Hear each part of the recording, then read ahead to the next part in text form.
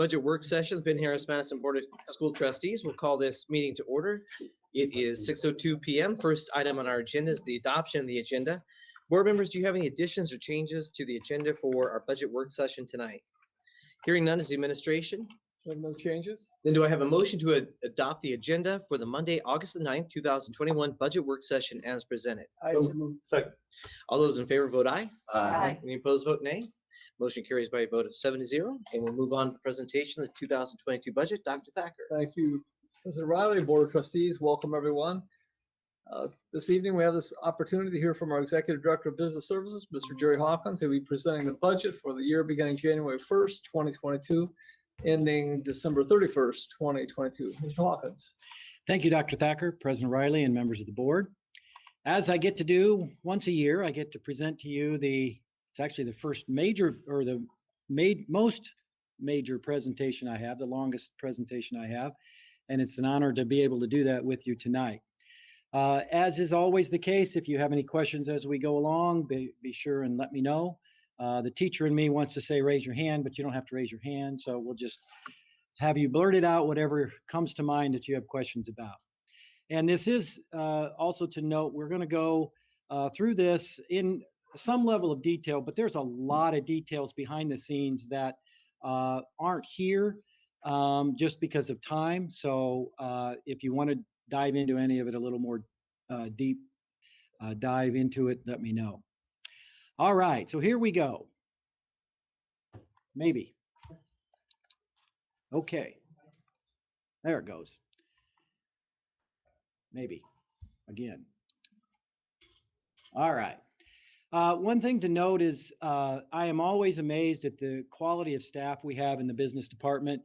The amount of things and the number of issues that we deal with on a daily basis is just amazing. And they do a phenomenal job. I'm just so excited to have all of our staff as a part of our team. Tonight, we're talking about the budget. And as you know, there are many unknowns, many challenges. As we develop a budget, when you have unknowns, it becomes more difficult.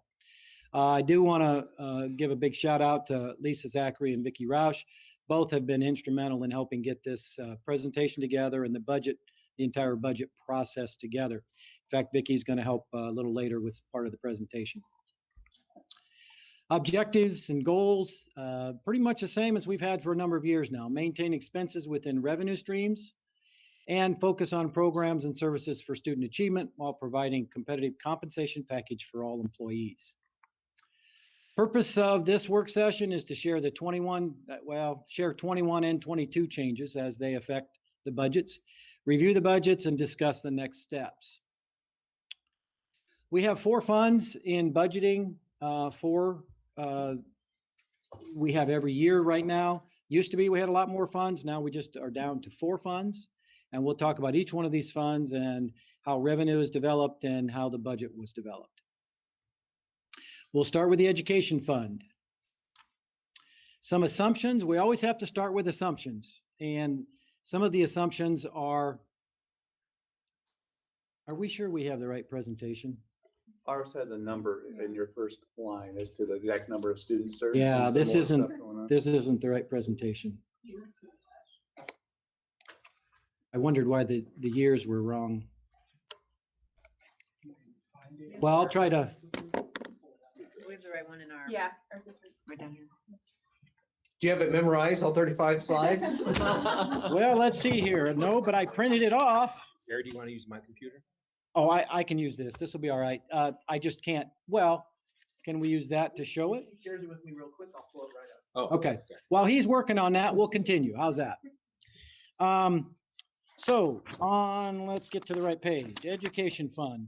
So on this assumptions page, we would talk about we're down 286 students. Now, that's a big number, and let me explain this to you. What happened is legislature enacted a rule that we cannot count students who are over the age of 22. So 23 and above, we cannot count in our ADM. Well, in our night school program, we had approximately 450 students who were getting their Penn diploma and working through this program, and approximately 300 of those students were above the age of 22, or 23 and older. So what happens is then we lose that 300 students in our enrollment, and therefore we lose approximately $1.8 million of revenue because of that. I'm sorry, real quick. So, but basically it was 286. So 24 students we really lost. No. So what happened is the 286 that I have on the slide was because we saw some growth and that compensated for the 300 loss. So we're down 286 as of the last detailed count we had. Back to the 23-year-olds and up. Yes, How many of those were there that we still have, but the metrics changed? 300, approximately 300, because they're in and out, so it's hard to get an exact count, but it was really close to 300 when we ran the numbers to say how many were 23 and older that we're losing that count for. So our demographer would read it as the metrics changed. We didn't lose a whole lot of students. Correct. Okay. If anything, we might be up slightly. Thank you. And one of the problems with enrollment at this time of year is the fact that enrollments of students enroll and parents bring them in to enroll in our buildings, that happens more quickly. Those get into the system very quickly. But when people are removing them or leaving us, we don't always know that right away. Sometimes they don't even tell us until we get a call from the school where they're going to be attending. So there's a lag in those numbers. So if we ran the numbers today, our enrollment would be higher than what we would expect to see when we start the school year. So it's always a moving target to figure out what our ADM is going to be. But I'm still fuzzy though. So we're by the time you include the students we lost that are over age 23 plus those that we gained, we're down 286 students and we do not get the ADM for them. Is that correct? That is correct. So that's what, you said $1.8 million? Pretty close to $1.8 million. Are we still going to educate students or individuals 23 and over, even though we don't receive money for them? The current plan, as I understand it, was that if they started the program, we would work with them to finish it. So We wouldn't necessarily be enrolling them in the future in this program, but we're investigating the possibility of adult ed program. could we recover monies if they're enrolled in adult ed that we can't if they're just normal students? Yes, we get some money, but it's nowhere near what the regular ADM enrollment gets us. So the impact of the state legislation is it took money off our plate, $1.8 million. Seems also that it's disincentivized individuals over 23 to better themselves and seek public education and a fine quality institution like Penn, right? I couldn't have said it better myself. Got that rule anyway. And I'd like to add to that, Trustee Woods, I've been so impressed with the work we've done with the people who were over 22 who graduated. We're graduating a couple of hundred students each year. And it's not only changing their lives, it changes the future lives. It changes generationally. So it's a loss to us that it makes it more difficult to offer those kind of programs. But I think it's really a huge loss to the people who had the initiative and desire to come, and they wanted to go to Penn High School, get a Penn High School diploma. It's like an Ivy League diploma among high schools. So we're disappointed, but we'll steer them into another direction so that they can get some certifications. Thank you. Grant. Any other questions on that? That'll be Mr. Boyd working with them. Yes. Okay, continuing on the assumptions, we still have 2 student count days. So we have one in September and one in February, and both of them are affect our funding, where there were a couple years where we had to do the counts, but they didn't impact our funding. So technically we get half a year's revenue by the fall count and half a year's revenue by the spring count. We also make assumptions that our other student counts are going to stay fairly constant. Those would be things like special ed count, like your honors diploma and other things of that sort. Mr. Hawkins, what is the September count date? Ooh, September. I was going to say 8th, 15th? 17th. Thank you. That one I did not have memorized, sorry. Come on, man. I know, I got to do better. Hey, there it is. That looks more like my presentation. Okay. Talked about that. We also have to make some assumptions because when we develop this budget, we have to estimate what our revenue is going to be for July through December of this year. And then also planning for some salary enhancements for 22 and health insurance increases. The one thing to note here is that revenue, some of the revenue is done through a fiscal year, but we budget a calendar year. So like when I talk about the counts, you've got to remember that the fall count that we have here affects our July through December. The spring count affects our January to June count. But we're building a budget for all the way calendar year of 22. And we don't know what that revenue is going to be exactly. We know what the formula is going to be, but again, we wouldn't know the ADM count. So it's kind of a mixed bag here when we talk about developing a budget because revenue cycles and how those funding sources are created makes a difference. But the trade-off is we could be tied to property taxes still, and that ebbed and flowed too based upon AV, and might be the beneficiary of some increases now due to some ways properties tend to look to be reassessed here in St. Joseph County. So do they take any of that account downstate? Do they look at our AV as far as this formula? Not as far as the education fund, Okay. but the operation fund and debt service is all driven by property tax. Its primary source of revenue is the property I tax. figured it was all probably on the education fund. It's just probably population driven as opposed to actually what is the value of the community Correct. assessed. Okay. Yep. Thank you. Okay, now let's talk about the funding formula. As I said, it is a fiscal year. The nice big additive is the legislature added $336 per ADM on the tuition support and complexity. So that's a big increase. Probably, I believe it's the largest state of Indiana has ever experienced in the formula. And it's much appreciated. So the fortunate thing is we can see a reduction in our ADM and still see some new money coming in. So that's a nice plus. The other part of the funding is the honors diploma, special education, and career and tech ed. I have a question. I'm sorry. That's right. I'm wrong here, but the 336 increase in ADM, is that number uniform per school corporation in Indiana, or is that was that what the benefit was to us? That's what it was to us. And that varies depending upon a whole host of factors, correct? It varies dependent on the complexity index only. That's the only variable in that Some calculation. corporations got more and Yes, some get less. yes. Where are we at on that scale? We're pretty much the bottom of the scale. And I'll have a chart here shortly that will show Let's that. look at that. It was knows that. Now, don't get ahead of me now. Stop looking at that. As bad as my students. All right, all right.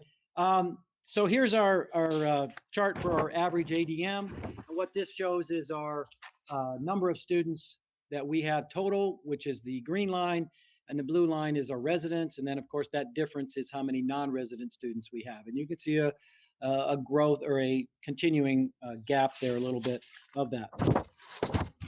Okay, why does it keep doing that? Okay, this slide is our comparison of our September to February count. And for some reason, the scale on the left side didn't show up, but know that the scale actually started at, I think it's 10,000. So it was just done to show that the differential, what it does in a graph. As you can see, typically we would see a reduction from fall to spring. Not every year have we seen that. We've seen as high as a reduction of 74 and as much as an increase of 17 over the last number of years. So that has to be calculated in, and we would figure an estimate of the average would be a reduction. I think it's about 28 or 29 students as an average that we figure we're going to probably see that reduction in the spring. But there are all kinds of factors that can impact that, and we just have to estimate what we think it might be. Now here goes to your question, Mr. Woods, about the calculations related to basic grant. So this number is just the basic grant with complexity. It doesn't figure in the special ed, the tech ed, and some of those things. But it does show you a comparison with 5 other school districts in our area and what our calculation or what our amount we get per student is versus what other schools get. So you can see here that we're getting approximately 5,804 per student. And the highest would be South Bend with $6,866 per student. So the increase in student support, while much appreciated by us at PHM, that amount too is less than what other school corporations would have received. They would have Correct. received more than the 300 Correct. some dollars.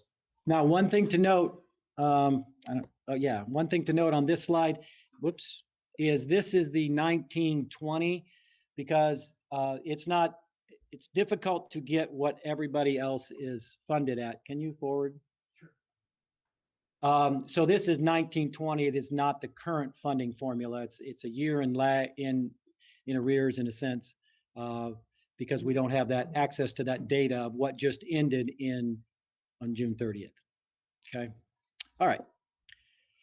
Now here is the education fund comparison. It shows the budget for 2020 and the expenditures for 2020, and then the budget for 21, the current year we're in, and then the advertised budget. And as you know, I will probably say this numerous times, we advertise high, we estimate revenue low, we also estimate the assessed value low for a variety of reasons, and I'll cover that when we get to that part. But many times our advertisement is not a realistic budget or realistic what we think is truly going to happen in terms of our revenue, but it's simply to protect ourselves to make sure that we are able to capitalize all the revenue that is due to us.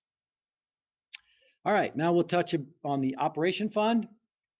Similar assumptions as the other, salary enhancements, health insurance, assessed value. Now I'll explain that when we get to the chart of that, because we do believe the assessed value will go up, but we were recommended to advertise with the assessed value going down because they want to make sure that we maximize the rate that we advertise.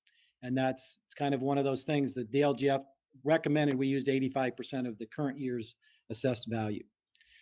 We also have to estimate our tax cap impact. Estimates would be that we're probably going to see some increase in tax cap. If you use the DLGF's estimates, it's a bigger impact than what I think some other experts are suggesting we will see. And that's largely due to the fact that our assessed value is expected to grow, and therefore tax cap impact is lessened because of that. So here is the comparison of the operation fund revenue. As you can see, the first line property tax, what we advertised in 21, and what the actual budget order. And the budget order is that document that the DLGF, Department of Local Government Finance, approves us to have in a sense. And then you'll see what we're advertising for 22. The property tax for the operation fund is it's a set amount based on whatever is called the growth quotient for that year. And the growth quotient is 4.3%. And that's what we're advertising is 4.3% above what it was, what was approved in 21. Then you'll see license excise, CVET, and FIT. Those are all lesser amounts in a sense of revenue. They're still important, and we appreciate them. And then you have the education fund transfer, and that's the amount we transfer every month. Or not this amount every month, but this is the annual amount, but we transfer 1/12 of that every month. To cover those expenses when they moved away from the general fund and created the education fund and the operation fund. That's to cover those expenses that were moved from the general fund and put into operations. And that's that calculation that we do every year to estimate what those expenses would be for that year. And then miscellaneous revenue, and a good part of that miscellaneous revenue is our interest income that we collect. So here's an example of our operation fund comparison. So you've got your budget and expenditures for 2020. The budget for 21, obviously we don't know where we're going to be as far as total expenditures, but we will certainly be within our budget. And then the advertised amount for this year for 22.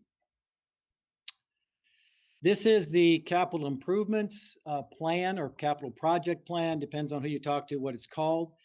This has to be quote advertised on Gateway and also listed on our website.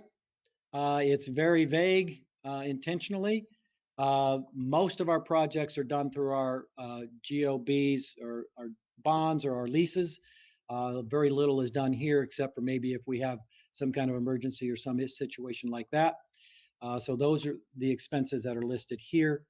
And then this is our bus replacement plan. These are the two plans that we have to, I guess, advertise and approve and adopt with you when we get to that time in the September board meeting. Let's back up one more time. One of the things to note is we have 138 buses. We're replacing on an average of approximately 12. We had a grant last year that allowed us to buy some extra buses. And that allowed us to kind of catch up. We have some, I think 16 or 17-year-old buses. Do you remember How many? No, but we have Oh, yeah. a couple in that age range. And we're trying to accelerate that a little bit to try to get those buses off the road and gone in a sense so that we will have less maintenance on those buses, because that is a cost that can become quite expensive. So we're trying to work at that at 12 buses and continue to look for grants or other ways that we could possibly do more than 12 within a year. We don't want to do too many in one year, simply because that's one of the struggles we have is if a number of years ago, and I don't know the exact history behind it, they replaced, what was it? 35 buses at 1 year. Well, what happens then at their end of their life, most of those buses all need to be replaced about the same time. And that becomes real difficult because our funding is not really set up to replace 35 buses unless we were to get a huge grant for it. So we're trying to kind of catch up on some of that and try not to get any further behind. And once we get through that hurdle, then 12 will be a really good number for us to continue to replace. So. Excuse me, how many mini buses do we have? Ooh. 3. We had just 3? Yeah. I remember we bought the first mini bus back about 15 years ago. We've replaced them since. Oh, we have? Yeah, those are also on the bus replacement cycle. You replaced my golf bus? Didn't talk to me about it? We replaced it with the Jim Garrett Express. I was wondering how long those things last. Yeah, same. Keep driving it down to state so often, Coach. That's a Too lot many longer. miles. You only say that because it's true. All right, I'm going to turn it over to Vicki Roush and let her cover a few things here. That was good. Good evening, Dr. Thacker, President Riley, members of the Board of Trustees. Thank you for allowing me to talk with you about the debt service fund. For 2022, we have $14,213,020 budgeted, and this is for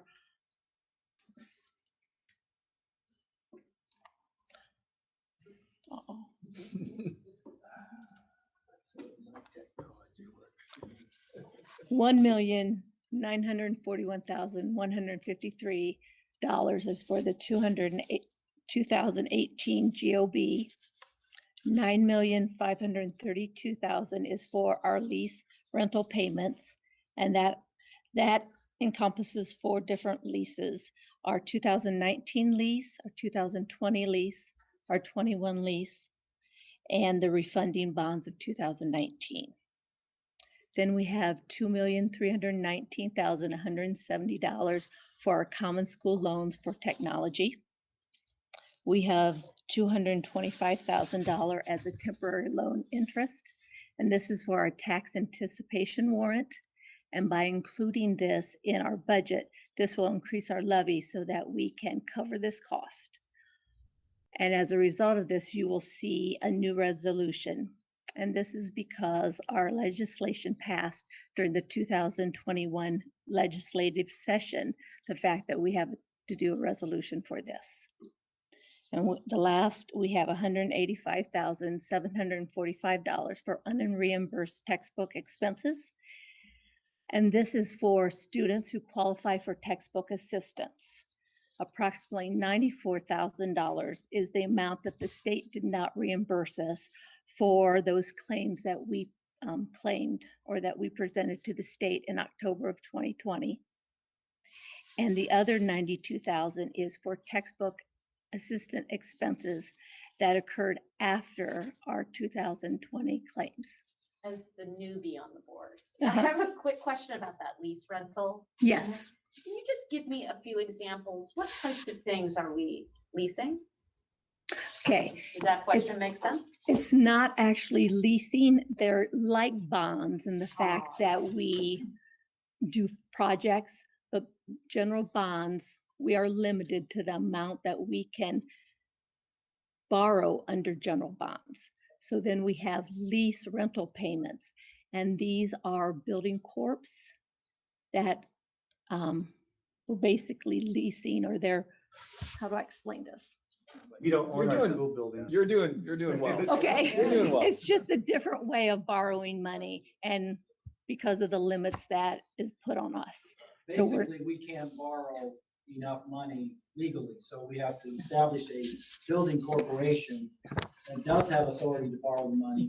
We sell them part of our building, they own part of our building, and then we rent it from them until it's all paid off. and then we get it back. Okay, thank you. That was very clear. Just a Okay. red tape. Okay. Is he on overtime? So does anyone else have any questions? I promised Gary Fox I'd ask this, since this is the first time I've done this without him, but is there anything that we can refund? That was his question. And every year, is there any bonds or obligations that we can refund now and take advantage of the interest rate savings? Is there anything callable that we can look at taking? That we can refinance? Not at this time, it would probably not be advantageous because most of our debt is short. It's very new We don't too. have anything that goes back very far when rates were higher. We refunded the one that she mentioned, we did refund one of them that was favorable to do. At this time, our oldest is only 19. And most of it is fairly short too. Okay. So at this time, it's not favorable. Thank you. Rainy day fund. Okay. We do not have any expenditures budgeted for 2022 out of our rainy day fund. And for the revenue, we are estimating that we will receive approximately $9,000 from the naming rights, the funding that we receive from naming rights. Right now, as of today, our balance in our rainy day fund is $1,766,102.76. This is well below what is recommended for a corporation our size. Experts recommend that we have 5 to 10% of the annual expenditures of the education, operation, and debt service funds, which would be approximately $5.5 million. So to channel my inner Gary Fox, he actually always thought it was a little high. He would say, maybe it's too high, maybe we don't need this much money in our rainy day fund. But I guess at some point we'll need a recommendation on how that feels and how that sits with the administration at this point. If it's below the, a general recommended, under a recommendation, we should know what that looks like in ways of how we get back to where it is recommended, as well as what's just right for us. It might be okay for us, and I'd love to maybe dig into that deeper at some point. Yeah. Right now, our payroll per time is approximately 2.9 million. And we don't even have enough to cover one payroll. So, It'd be interesting to know, because I understand the rationale for why we use the rainy day fund. We used it strategically to achieve cost savings, using one-time dollars to achieve cost savings over a period of time in several areas of the school corporation. It'd probably be a challenging thing to do, but to understand the impact that's had on the general fund on a long-term basis would be good to know too, because that has been one of the reasons that we have less in student support. We got less of an increase compared to other corporations. We still do more with less. We've not increased taxes. We've not had a school referendum. And I think some of the strategies that we implemented with some of the spending of rainy day fund has really relieved the pressure on general fund. right. So maybe for another time, Yes, revisit that. yes. Both fun. I would also mention that it depends on how much you have in balances in your other funds. So, if we're running really tight in our education fund and our operation fund, then you should have more in rainy day. If you're running decent balances in those other funds, then rainy day is not as crucial. And we're kind of, we're doing okay in our other funds, but you will see at least the education fund has decreased a little bit. Enrollment hasn't grown the last couple of years like we would have hoped.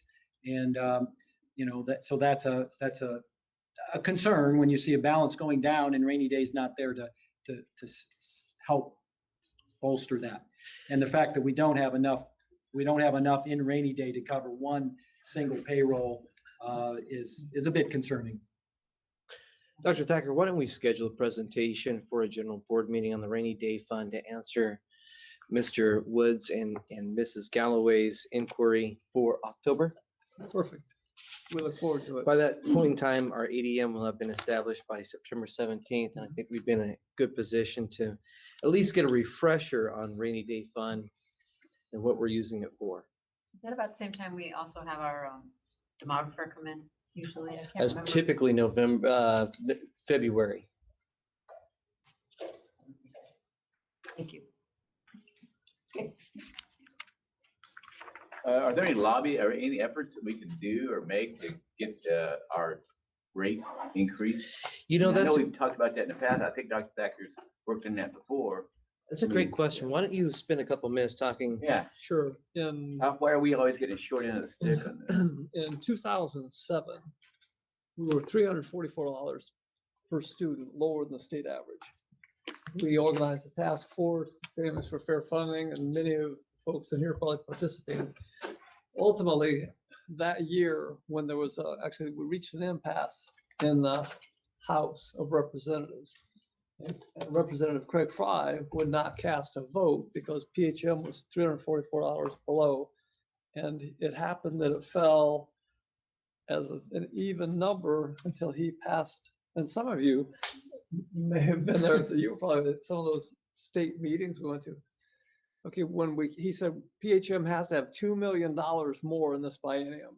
So out of the House, a budget, their bill passed, the PHM out of 293 school districts would get $2 million more than everyone else. Okay, which was very, very popular with the other 292 school districts. So subsequently, I had a meeting with Luke Kinley. He was a senator. He's the chairman of the Appropriations Committee. And he said, Dr. Thacker, I cannot give PHM $2 million, but I will change the foundation of which everybody's getting and the complexity. So we'll do a shift. And so that shift then began to work toward what we did about 5 years ago, I think 4 or 5 years ago, in which everybody in the state gets the same foundation. So everybody is equal. And we weren't. We were getting some of the districts in Indiana were getting nearly twice as much in funding as we were per student. And see what that used to be, there was a minimum guarantee, such as a 2%, for example, 2% guarantee. So if you had Anderson, Indiana with 15,000 students, and then they dropped to 14,000, they would still get 15,000 plus 2%. So as they declined, they ended up with a huge disparity between what we had, and we're a growing school district. And so I'm an executive member of the Growing and Suburban School Corporation. I used to be president of the Indiana Urban Schools Association. I argued the other one. Okay, so now with the Urban Association, we're consistently lobbying, and it's really the money follows the kid, and that's what you hear. The money will follow the students, and that's how they fund all these different programs. But the complexity factor is a multiplier for the number of students percentage on free lunch. And so when you look at South Bend, they have much more poverty, many more participants on free lunch than we do. So when you multiply it out, they take the foundation, multiply it, and the factor, and that's how they come up with that much more money. So with the foundation basis, we really are exactly equal, and we achieve that goal. But see, we always have to keep working at it, because if we don't, what do you think happens to it? Somebody thinks it doesn't matter, and they start a shift. So we work on that every budget year.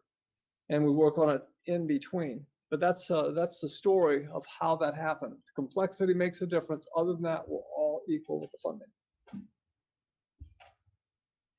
So success that has nothing to do with it. We're a blue ribbon school and that has nothing to do with our funding.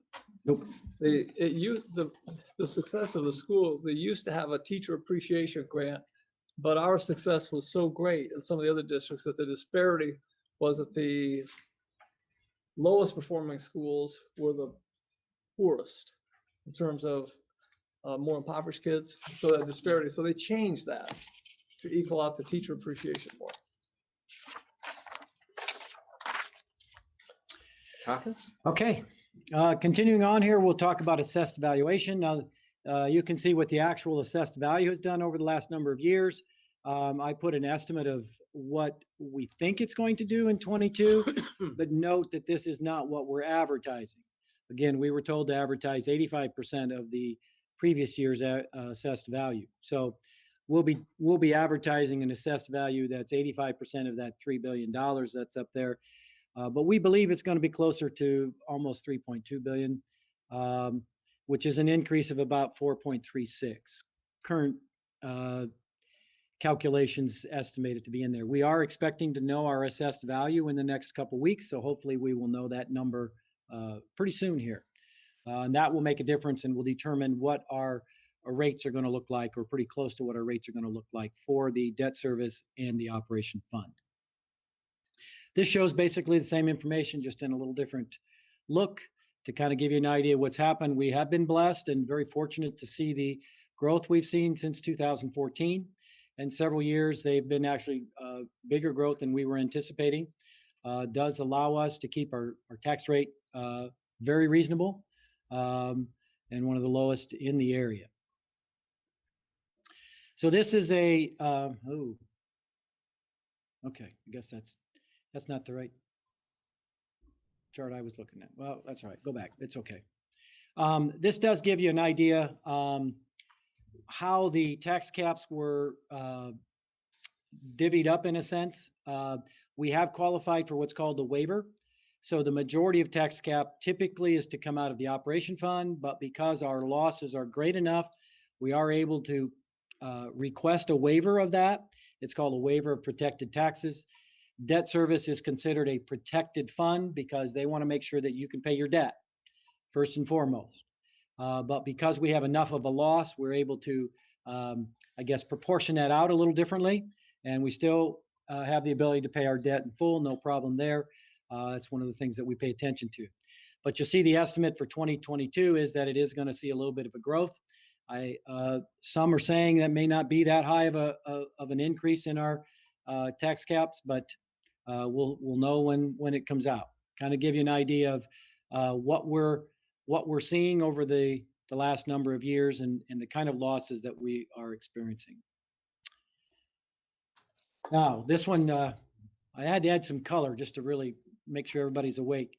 A little hard to read though, but the budget order, you can see over the years how the budget order has progressed.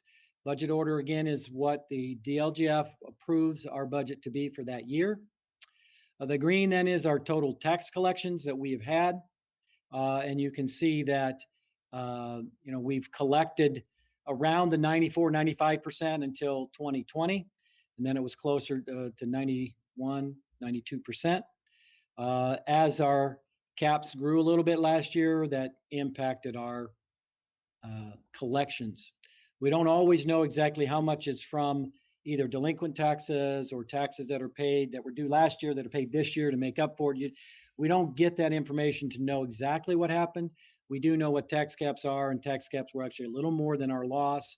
So it would give the impression that there may have been some unpaid taxes from a previous year that are being collected in that year. So you never quite know what happened, but that's kind of gives you an idea of what collections are. We always seem to collect more taxes in the spring than we do in the fall. So there are enough people who pay their taxes outside of their escrow, who pay their entire year.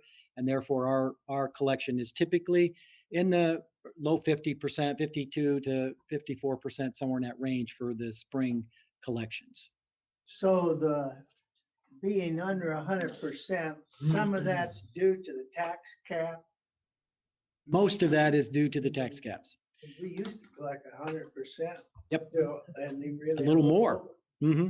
Yeah. So what happens, yeah, the majority of that loss is the tax cap impact. So we build a budget, we get approved for a budget, and they say, oh, but by the way, you're only going to get this amount of money to fund that budget. So that's the I don't want to call it a game, but that's the work that we have to do to make sure, because we're approved for a much higher budget than we're going to be able to fund. And so that's why we have to make sure that we're underspending our budget every year, because our revenue will not be enough. It's another reason why I estimate revenue, the other revenue sources, to be a little low as well, to try to compensate for that a bit, to make sure that we don't put ourselves into a spot that we have a budget and we spend all our budget, we don't have the revenue to cover it. And we definitely do not want to put ourselves in that kind of position. So any other questions on any of that? I just, Matt, one question, talking about the ADM and loss of our students. So we lost about 200 and some students, and that's about $2 million. Is that what it is? Pretty close, 1.8 roughly. Do we have a metric that shows if we lose so many students, we lose so much money, that's going to affect services that we provide? I mean, is there a certain point at which we have to cut something? Do we know that if we look ahead for that, or is that something that's we ever have to worry about? We're always planning ahead. That's a great question. We We have not cut programs. We've not laid off a teacher Right. in PHM since 2006. But we haven't had a big loss in students that period Well, of we time. did have a $3 million cut from the executive order with Governor Daniels, and then we had the Great Recession. I remember that, So right? we had. I was just wondering if there was some point, we lose so many students, we lose so much money, we have to like relook at, student services or We have. teachers or whatever. Exactly, trustee Garrett. When we have the non-resident student, what we do is we fill in some of those gaps. So that's really been a lifesaver for us, actually.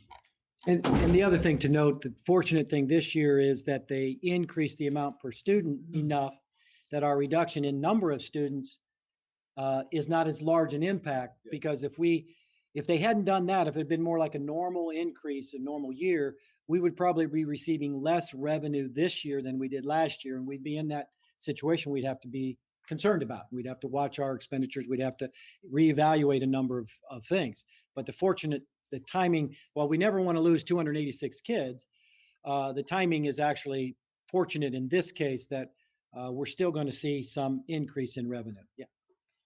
That increase in revenue from the state per child, Yes. do you get the sense that that's a one-year phenomenon, or the governor has projected that? Can you just flesh that out for me? They passed a 2-year budget every year, or every 2 years. It's a 2-year budget. So we know how much we're going to get per kid for the following year. Okay. So for this funding that I'm talking about here is for actually the 2021 to 22 fiscal year. We know what it's going to be for the next fiscal year, but we won't know what it's going to be from there on until legislators reconvene in a year and a half from now. But unless the finances are severe from a state level, we would expect some level of increase pretty much every year. It's a matter of that plus what ADM does, and that combination is what determines. I'd like to pick up on a question that Mr. Garrett asked just a moment ago in terms of ADM. Looks like for 2020, 2021, just under 2,000 non-resident students. Do we have any idea what it's going to be for 2021, 2022? I don't know. We did do the lottery, and I'm looking at. I think Dr. we'll have a slight increase this year based on people that responded to the lottery. So I think we ended up filling approximately 50-ish seats. We But also some of know the- that our Sorry. kindergarten counts seem to be growing.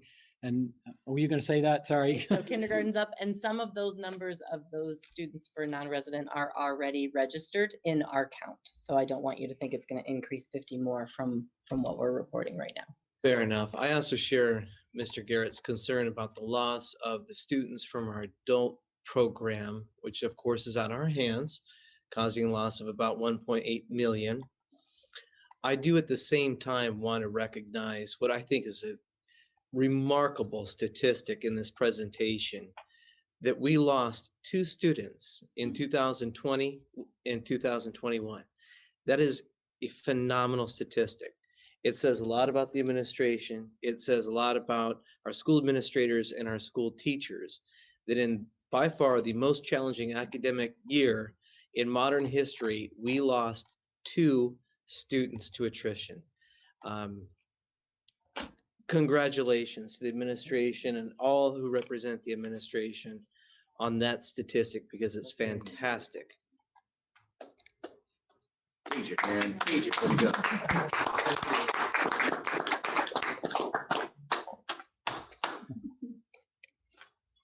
Okay, so here's the same information as the previous chart, just shows it as a graphic to give you an idea of the collection or the budget order versus the collection. Kind of shows again the same information. This is our property tax rate. So what this shows is, and each color within a bar shows the different pieces that made up our total tax rate. And you can see as we've gone over the years, as we get to 20 and 21, it becomes much simpler because there are only 2 components today that make up our tax rate. That's the debt service fund and the operation fund. But as you can see, we had numerous things previously, and that's one thing I didn't mention about the tax cap impact.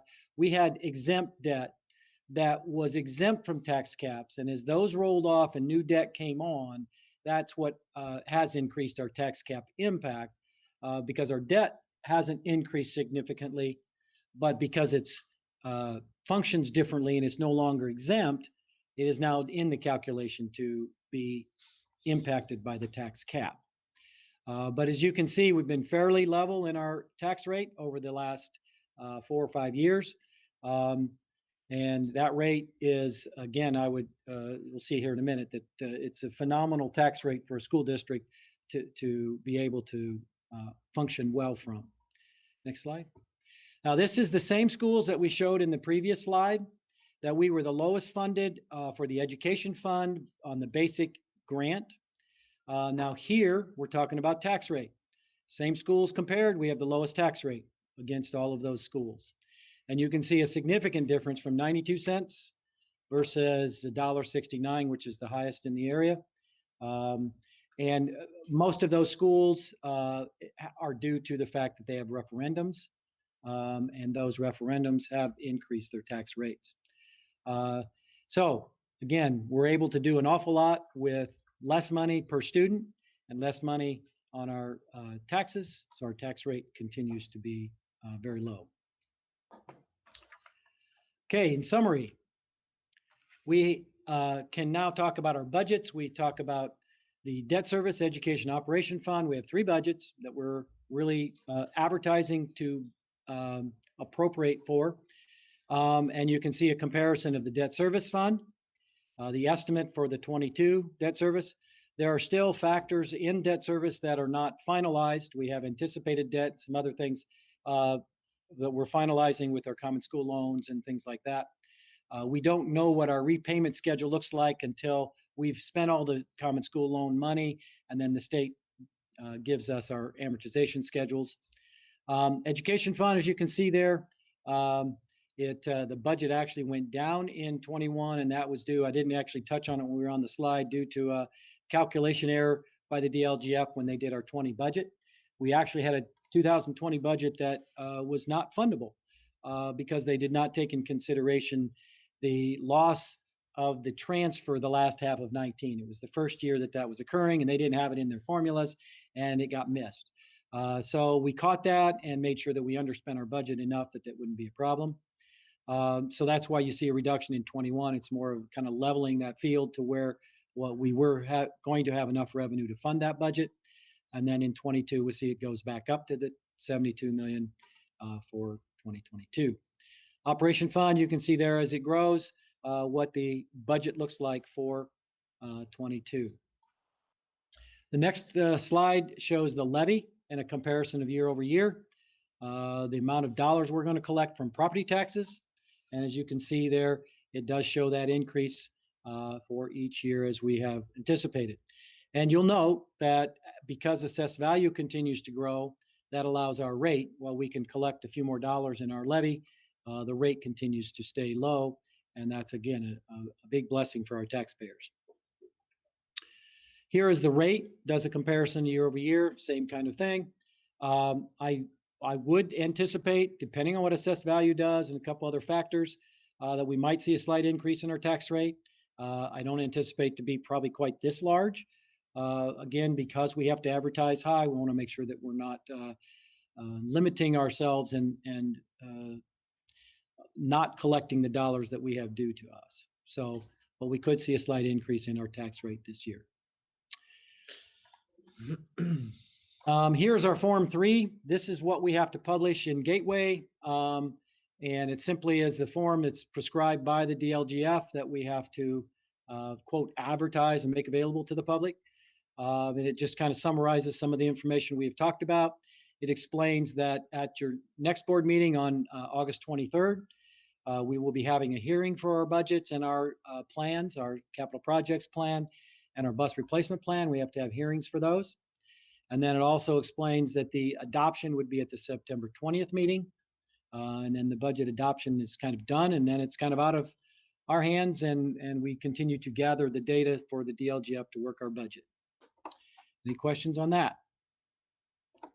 Next steps, I kind of already explained this. We do the Form 3.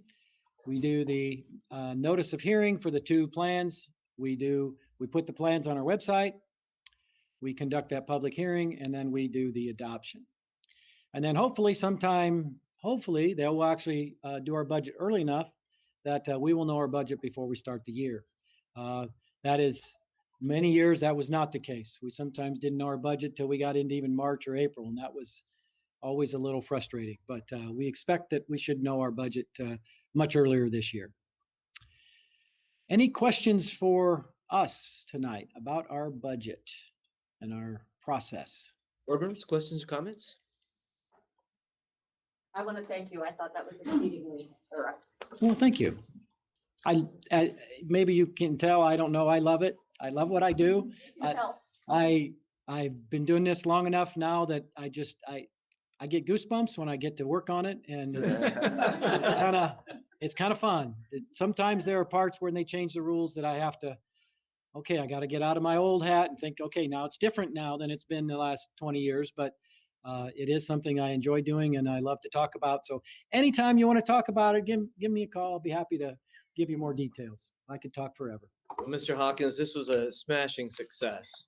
I've never seen a bigger crowd for a budget workshop. They were only here for that reason, yes. Mr. Hawkins, thank you so much. This was meticulously well prepared, as is everything that you do. We sincerely appreciate the clarity of your presentation, the depth of it. Mrs. Roush, you too, and congratulations on your most recent certification from the state. We appreciate everything that you do as well. And for all the members of the general public who have joined us, the Board of School Trustees will stand in recess upon adjournment. We will reconvene at 7:30, where our regular meeting of the Board of School Trustees will commence. So there being no further business before the board on the budget work session, I'll entertain a motion to adjourn. I said move. Okay. All those in favor vote aye. Aye. Any opposed vote nay. Motion carries by a vote of 7-0. We will reconvene at 7:30.